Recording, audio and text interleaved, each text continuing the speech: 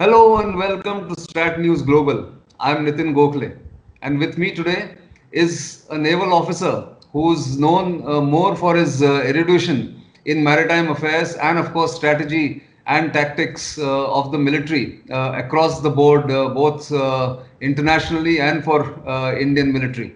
Welcome, Admiral Sudarshan Shrikhande, for this program. It's always a pleasure to talk to you. Thank you, Nitin. Very nice to be on board with you again. And I've just been seeing all the programs on the current um, galvanized conflict, if I can call it that way. Yeah, Uh, that's a very good term to use, and thank you very much. In fact, it is the context in which we are talking, the standoff on the LAC or the military mobilization by the PLA in unprecedented numbers, at least for the last 40, 50 years, they haven't mobilized in such a large manner. So, in this context, as we know that the de-escalation or disengagement has begun in the Himalayan frontiers, especially in Ladakh. But there is always this discussion which goes on in strategic circles, in military circles, about how if there is a pressure on India in the Himalayan frontiers, India should be doing something in the maritime domain. But before that, I think I've been saying this for the past couple of days that while the disengagement has begun, we should not let our guard down. What's your sense of the Chinese tactics and strategy? uh, I think that's absolutely important that we should continue to be not only as vigilant, but probably even more vigilant in the weeks and months to come. And as such, I mean, in the last 60 years, actually, we've not really been able to let our guard down. But what has changed in the last 20 years, but especially in the last 10 years or so, is that China, which was always a problematic continental neighbor, has also verily become a maritime neighbor for us. It's very much a maritime power. It's very much in the Indian Ocean region, and it's very much somebody to be taken seriously all across the Indo-Pacific. And it's really not relevant whether they recognize that term or not. Called by whatever name. China has spread itself around the Indo-Pacific. So yes, I agree with you entirely that it's absolutely right that we remain vigilant and we think of what can be done in the maritime domain to further India's interest in deterrence, India's interest in maritime control, and in retaining the balance and even the upper hand that is required. See, that's a very valid point you have made, and I think that's been discussed quite frequently now in strategic circles, also in some of the semi-government think tanks and otherwise. There is one or two aspects to this. So one aspect or one principle people are propounding is that India has a geographical advantage given where it is located in the Indian Ocean and in these South Asia context. One and two, that because the Indian Navy is a much older and a much experienced Navy than the Chinese Navy, it has a particular advantage which the Chinese Navy can never bring to the table, not at least for the next decade or so. What's your take on that? That's a very interesting question. And if I could just, fall back into history and other illustrations, not because they necessarily apply to India or to China or to the navies, but because, they remain important in keeping a perspective on things. Firstly, as regards, the PLA Navy itself, firstly, the Chinese Navy as such has been a fairly old Navy, perhaps centuries old, in terms of, a certain level of homogeneity as a Chinese Navy, which really didn't happen in India.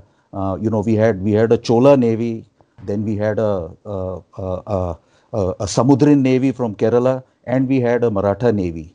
But we really didn't have an Indian Navy till, of course, well into the colonial periods, and indeed, not more than maybe since 1920s or 30s. So I think that argument is probably not a great one.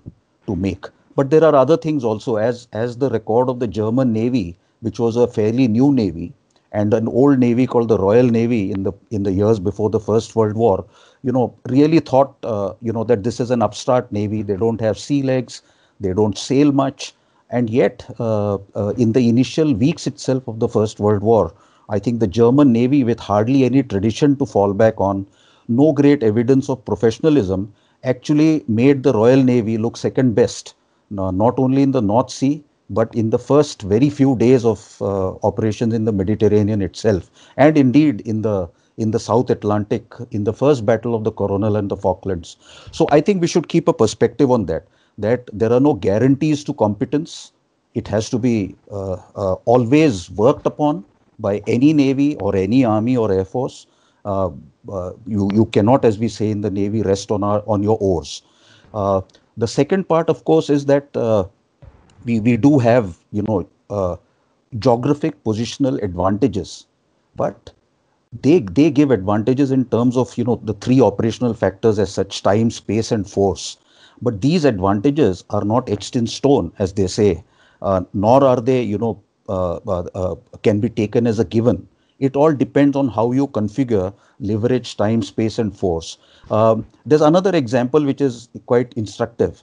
In the 1982 Malvinas Falklands conflict, uh, Britain was 8,000 miles away. They used the leverage of their sea power all the way, into the South Atlantic, over territory really, which Argentina had occupied, and therefore Argentina also had a considerable navy. It had considerable geographic advantages. It had advantages in time, and it has advantages in space. But it was ultimately in terms of force and the skill with which that force was used by a navy much further away that actually turned the tide. What I'm trying to say is that there are no givens here One in should terms of not geography. take anything for granted. One should Don't not take take anything for granted. no, don't take anything for granted. Don't take the enemy for granted, and don't make self-comforting assumptions about anybody. And have this is not to be confused with the confidence we have, the pride with which we can fight, the Operate. valor with which we can fight. Right. But it requires not only competence at the tactical level, but even greater competence at the operational level of warfare and the strategic level of warfare. Indeed. In fact, that brings me to the other thought that has been articulated in various circles, again in the media, in writings by different people, both naval veterans and some of these strategic thinkers, that all that India has to do to deter China is to put couple of ships in South China Sea, which is their weak point, or something that they are really afraid of, and that should solve the problem or ease the pressure on the Indian forces in the Himalayan frontier. Is that naive, or is that something that one should look at seriously? I think one should look at it very seriously, except while I might not call it naive, it is naivete on our part if we believe that in terms of again time, space, and force, that this is going to be that much of a game changer in the kind of time we might be looking at. And you I think you use the word temptation, and that sort of brings me to a title, I think, of an American study on maritime economic warfare against China, which I think has tactically tempting, but strategically, if I'm not wrong, it almost says foolish, because the entire example of economic warfare at sea, and indeed economic warfare through sanctions, shows two or three things. One, that it always takes long, and really long. It might take, at the shortest, it might take several weeks and months, if not years. Uh, Second, that it requires a lot of resources. And let me just, to give the viewers an idea, uh, the number of ships in 1939 all over the world were, I think, approximately 12,000, and each ship, of course, was several times smaller than the average cargo ship of today. Uh, and the trade carried at that time was, I think, 57 million deadweight tons. By 2016, according to figures from from the United Nations. Trade itself had increased. Let me just refer to that. The number of ships have increased to almost 90,000, and the average size, as I said, has got several times greater. Now, the trade itself went on in the last from about 1980. The global trade was about 3,800 million tons loaded. By 2016, it had gone to 10,000 million tons loaded. So the amount of trade by the major trading nations, and India is one of them, and Yes. China, of course, is a much bigger one. Uh, the targets are several times more than earlier, but the ability in terms of force available to target them has shrunk. For instance, the United States had 6,700 ships in the Second World War. Today, I think they're crying and crying and crying to reach the figure of, I think, 355. That's right. So and likewise, there are constraints on India too. So I would say that economic trade warfare is something like a bombing campaign against counter value targets has to start from the beginning, but it will take time. And I think if we overinterpret it, and we try and give the impression that it's going to yield quick results to the point of impacting on the land campaign, then probably uh, uh, I would agree with your choice of word for this. It is being naive. Uh, Yeah.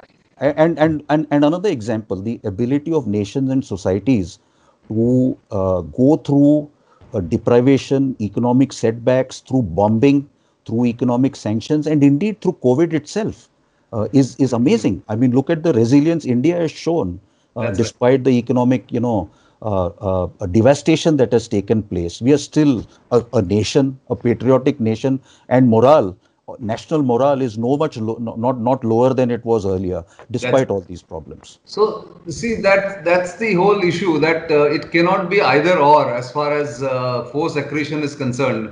While we must have land forces, developed to an extent where the deterrence is high, we must also have maritime forces which are also deterrent enough for anybody to really look at any misadventure in our backyard in the Indian Ocean or in the Andaman Seas.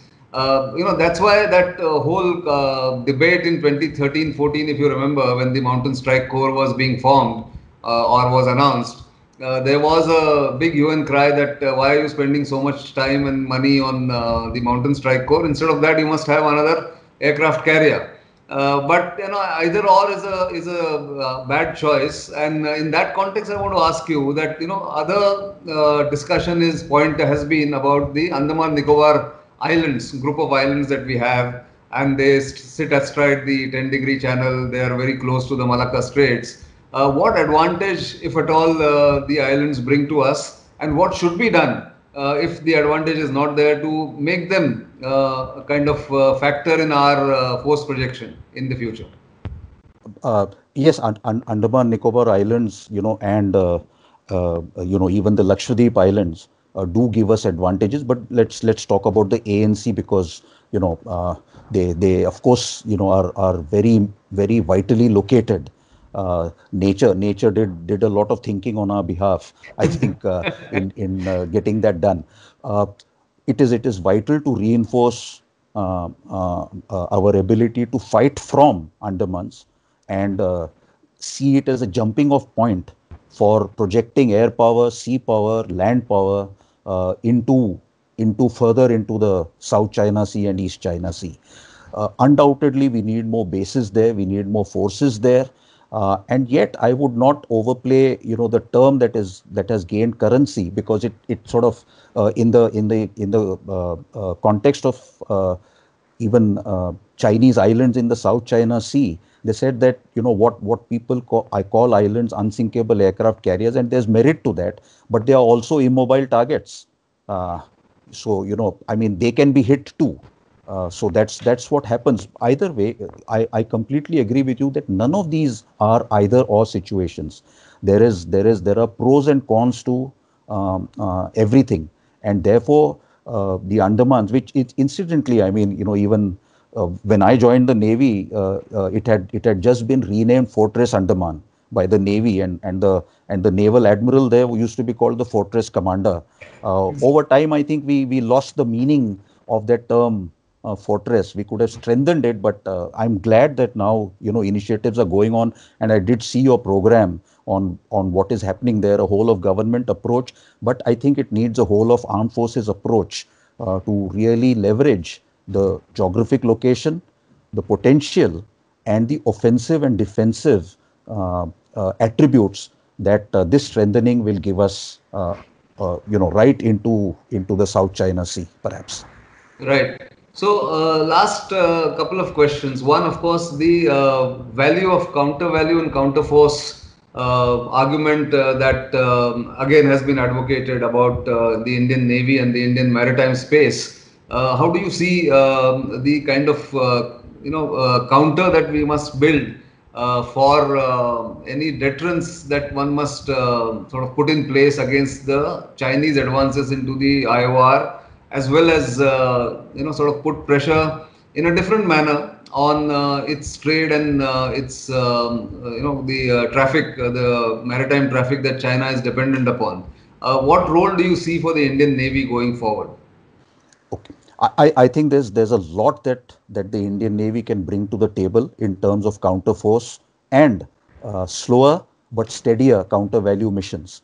What needs to be done is that, and let me just put it for the viewers, that counter force is really the ability of air power and sea power and even land power to first target the enemy's forces. Of course, this term as such, is it comes from nuclear deterrence, That's right. but it's very much applicable everywhere, and there is a commonality of principles behind it, that you first target the enemy's ability to target you as well as you can.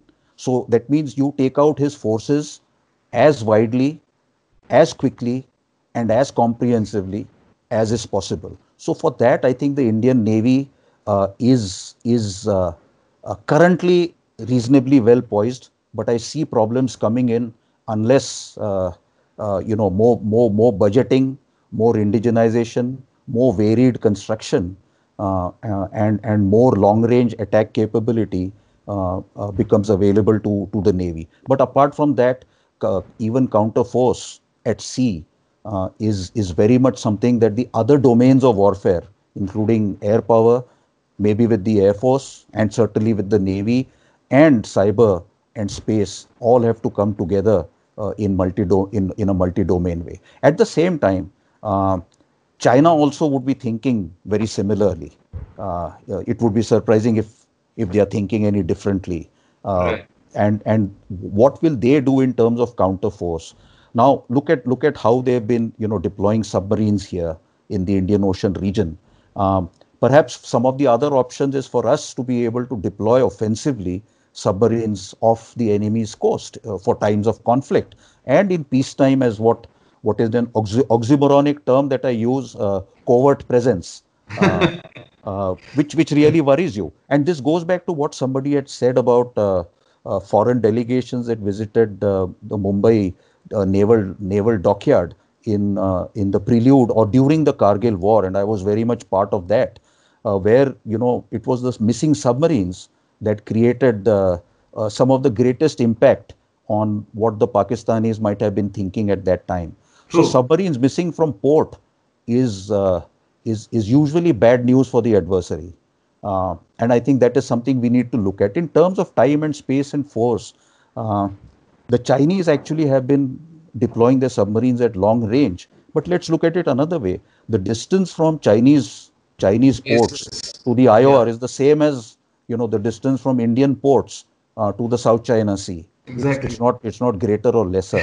So there are various options that we need to think of in the medium term and in the long term of taking the counter force battle, and within that the counter value operations to the enemy's coast. Because I think it was Foreign Secretary Vijay Gokhale who wrote just some time back A week ago, about the yes. importance of the South China Sea and the East China Sea to us. I mean, it is vitally economically important for us. We need any place in this globe where we need to use the sea for trade in theory, we require sea control. Sea True. denial is okay only where we don't need to use the sea. So, it's a situation where both India and China require the ability, in terms of restrictions, of course, of time and space and forces available, to exercise sea control all over. And that's not really limited by this type of instrument or that type of instrument, but by the sort of intrepid way in which we employ the instruments we have and build more of the instruments to make a future ready navy for time to come. That's very insightful, and that's actually the way forward, I think, as far as building deterrence against China is concerned.